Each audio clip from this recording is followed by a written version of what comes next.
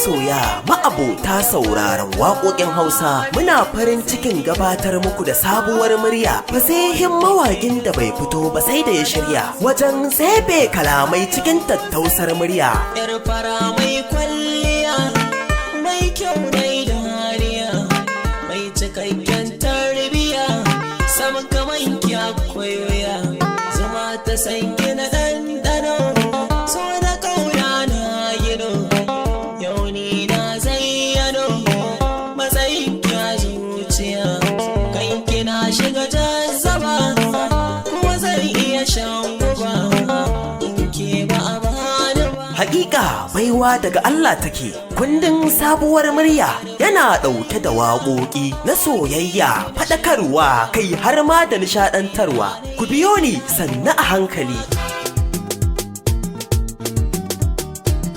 Ku duba mai dama ku kai wa oga gida. Kazar ku duba mai maiko ku kai wa oga gida. Mai sanyi ku kai wa oga gida. Neman ku duba mai sanyi ku kai wa oga gida. Ohoho! Shin mai sauraro a ina za ka samu wannan kundi? Mazagarza kan YouTube channel mai suna Ali M Sa'id TV. Ka yi subscribing sannan ka danna ƙararrawa. Ta nan ne kawai za ka samu damar mallakar wannan kundi a sauƙaƙe.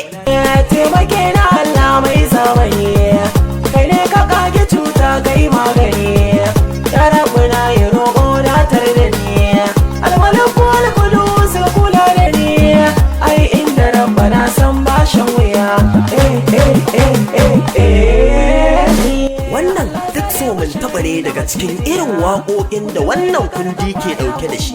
Domin neman ƙarin bayani sai ku tuntuɓi lambar waya kamar haka: 07063464612. Sabuwar murya yana nan zuwa gare ku.